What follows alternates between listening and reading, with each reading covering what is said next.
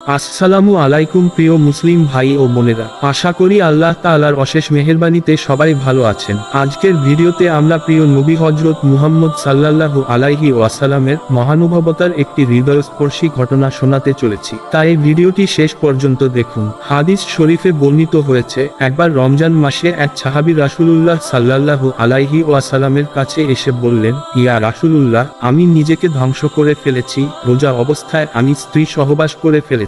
রাসূলুল্লাহ সাল্লাল্লাহু আলাইহি ওয়াসাল্লাম বললেন, তুমি একজন দাসমুক্ত করে দাও। সাহাবী বললেন, এমন সক্ষমতা আমার নেই। রাসূলুল্লাহ সাল্লাল্লাহু আলাইহি ওয়াসাল্লাম বললেন, তাহলে 2 মাস অর্থাৎ 60 দিন রোজা রাখো। তিনি বললেন, ইয়া রাসূলুল্লাহ, এতদিন রোজা রাখার শারীরিক সামর্থ্য আমার নেই। তখন রাসূলুল্লাহ সাল্লাল্লাহু আলাইহি ওয়াসাল্লাম বললেন, তাহলে 60 জন মিসকিনকে আহার করাও। সাহাবী বললেন, হে রাসূলুল্লাহ, এরকম আর্থিক সক্ষমতাও আমার নেই।